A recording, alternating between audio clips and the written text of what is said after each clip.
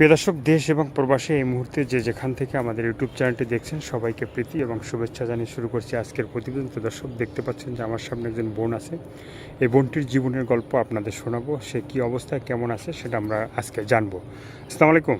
ওয়ালাইকুম আসসালাম। কী নাম ভাইয়া? নুসরাত। নুসরাত আপু কি ভালো? এই তো ভাই আজকে আল্লাহ রাখছে। তো আজকে জীবনের গল্পটা একটু শুনতে চাই, কী অবস্থায় কেমন দিনকাল কাটছে। মানে এর আগে ভিডিও তো করা হয়েছিল, সেখানে অনেক কথাবার্তা হয়েছে, কিন্তু অনেক কথা আছে যে মানে দর্শক ভাইরা জানতে চায় বা তারা ফোন দিয়ে হয়তো বলতে পারে না বা ই করতে পারে না। তো অনেক অজানা কথা আছে যেগুলো দর্শক ভাইদের সাথে আপনার শেয়ার করা হয় নাই, সেগুলো যদি একটু শেয়ার করেন আজকে। এখন ভাই শেয়ার তো করি, অনেক মানুষে কয় না, একটা কথা আছে যে মনে কর ভালোর সাথে থাকলে খারাপ হইলেও বলে মানুষ ভালো, আর খারাপের সাথে চললে ভালো হইলেও কয় খারাপ। বুঝছেন? তো এখন আমাদের পরিস্থিতিটা হয়েছে এরকম, কিছু কিছু মানুষ মনে কর আইসা প্রতিবেদনের সামনে দাঁড়াইছে যে মনে কর তাদের সংসার আছে, স্বামী আছে, তারপরেও তারা প্রতিবেদনের সামনে দাঁড়ায়। আমাদের মতো ভালো ভালো মানুষ এখন এখন তারা মনে কর যে কোনো মানুষ মনে করে যে আমরা মনে কর সেরকম মানুষই হয়তো। তো ভাই এর জন্য মনে কর মানুষ ফোন দিয়ে বলে যে আপনারা টাকা পয়সা নেন, কথাবার্তা বলেন না, এরকম বলে। তো এখন 10 জনের মতো কি আর এই মনে কর হাতের 5টা লোক কি আর এক সমান হয় বলেন না? তো এখন এইসব কথা বললে মনে বলে যার প্রতিবেদনের সামনে দাঁড়াই বলেন, মানুষের দেয়ালে পিঠ থেকে গেলে তো মানুষ একটা পেট বাঁচাইতে মানুষ কত কিছুই করে। মনে কর কত কিছু রাস্তা আছে, যে মনে কর চুরি করে, ডাকাতি করে। মনে কর আমরা তো মেয়ে মানুষ, চুরি ডাকাতি করবো না? তো মনে কর অনেক কিছুর পথে আছে খারাপ দিকে, তো আমরা তো আর সেই দিকে যাইনি ভাই। আমরা একটা মনে কর আসছি প্রতিবেদনের সামনে, হয়তো কেউ সাহায্য করবে, আর নইলে বিয়ে শাদী বসে তার সাথে একটা সম্পর্ক করব, তাই না? কোনো খারাপ দৃষ্টি বা খারাপ কোনো দিকে তো যাইনি, আল্লাহ তার থেকে হেফাজতে রাখছে। আর যে কটা দিন বাইসা আছি অবশ্যই চেষ্টা করব নিজের মান ইজ্জত নিজে বজায় রাখতে। ইনশাল্লাহ নিজের হাতের মুঠ যদি নিজে খুলে দেয় তাহলে মানুষ তো সুযোগ পাবে, তাই না? তো সেরকমভাবে চলাফেরার চেষ্টা করি যাতে মানুষের কোনো খারাপ কথা বলতে পারে না। তারপরেও যাদের বইলে অভ্যাস আছে তারা বলবেই। তো তাদের দিক থেকে আমি না চেয়ে, আমার একটা ছেলে আছে ছোট, 2 বছর বয়স, আমি আমার ছেলেটাকে নিয়ে মাটির দিক চায়ে হাঁটি, কেননা আমার ছেলেটাকে বড় করতে হবে। কেননা এখন তার মাও আমি, তার বাবাও আমি। এখন আমি যদি তাকে না দেখি তাহলে দেখবে কে বলেন? এর জন্য আমার লোকের কথায় কান দিলে তো হবে না। লোকে বলছে চিলে কান নিয়ে গেছে, এখন আমি যদি চিলের পাশে দৌড় দেই নিজের কান না দেখা, তাহলে তো মনে কর এখন আমার আমও যাবে, ফালাও যাবে। আগে দেখতে হবে যে কান্ডা আছে কিনা, ঠিক আছে? না দেখে দৌড়লে হবে না, দৌড়লে হবে না। এর জন্য আমি মাটির দিক চাইয়ে, যেমন আমি বাসা বাড়িতে কাজ করি, নিচের দিক দিকে যাই, নিচের দিক ফিরে আসি। আমি কারোর সাথে কথাও বলি না, যাইও না। আর নিজে খায় থাকলেও আমার ঘরের ভিতরে থাকি, না খায় থাকলে আমার ঘরের ভিতরেই থাকি।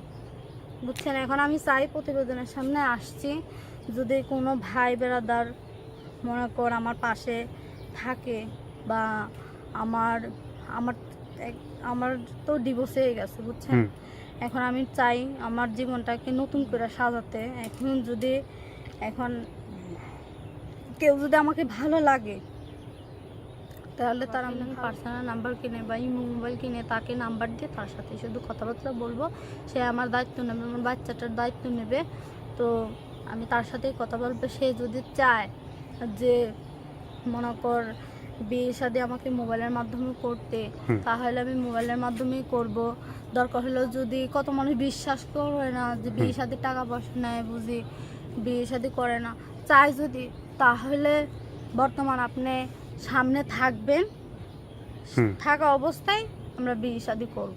বিয়ে শাদী করবেন? হ্যাঁ, মানে আমরা আপনার বিয়ের সাক্ষী থাকবো আর কি, ঠিক আছে? তো সেই জন্য আপনি মানে এই যে আপনার তো এখন তো মানে একটা বাচ্চা আছে নাকি, সে বাচ্চাটা নিয়ে আপনি আসেন, তো সেটা মানে সংসারটা চলতে, যে মানুষের বাসায় কাজ করে চলতে কি কষ্ট হয় না? মানুষের বাসায় কষ্ট করে চলতে কষ্ট হয় না রে ভাই, কষ্ট হয় দেখেই তো প্রতিবেদনের সামনে আসছি। বলে মানুষ বলে প্রতিবেদনের সামনে আসো কেন, তো প্রতিবেদনের সামনে আসি, অন্য পথে তো আর যাই না। হুম। প্রতিবেদনের সামনে কি কোনো প্রতিবেদনের সামনে যে আসি, ভালো মানুষ যারা সুখে আছে, শান্তিতে আছে, সংসার করতেছে, তারা কোনো দিন প্রতিবেদনের সামনে আসে। প্রতিবেদন সামনে তো এর আগে যে বিয়েটা হয়েছিল, ঠিক আছে, অনেকেই জানে যে আপনার প্রেম কাহিনী করে বিয়েটা হয়েছিল। তারপর নতুন যে দর্শক আছে তারা তো হয়তো জানবে না যে কীভাবে প্রেমটা হয়েছিল, হ্যাঁ, কোথায় বিয়ে হয়েছিল, যদি একটু বলেন। বিয়ে হয়েছিল, আমি বিয়ের আগে খালার বাসায় থাকতাম। হুম। খালার বাসায় থেকে সেইখান থেকেই চাকরি করতাম। চাকরি করার পর মনে কর সেইখানে ওই ছেলে, ও বরিশালের ছেলে, সে হুম। সেইখানে ঢাকা শহরে এসে চাকরি বাকরি করতো। তো আমরা যে গার্মেন্টসে চাকরি করতাম একসাথেই করতাম সেখানে। তো সেইখান থেকেই মনে কর আমাদের সম্পর্কটা হয়। হওয়ার পরে ওরও ভালো লাগে, আমারও ভালো লাগে। ভালো লাগার থেকে আমার খালাও আমাকে অনেক জ্বালাতন করতো। হুম। মনে কর এর জন্য মনে কর আমরা বিয়ে শাদি করছি। নিজেরা একটা সিদ্ধান্ত নিয়ে, একান্ত সিদ্ধান্ত নিয়ে বিয়ে শাদি করছি। বিয়ে শাদী করছিলেন, সংসারটা ছিল কতদিনে?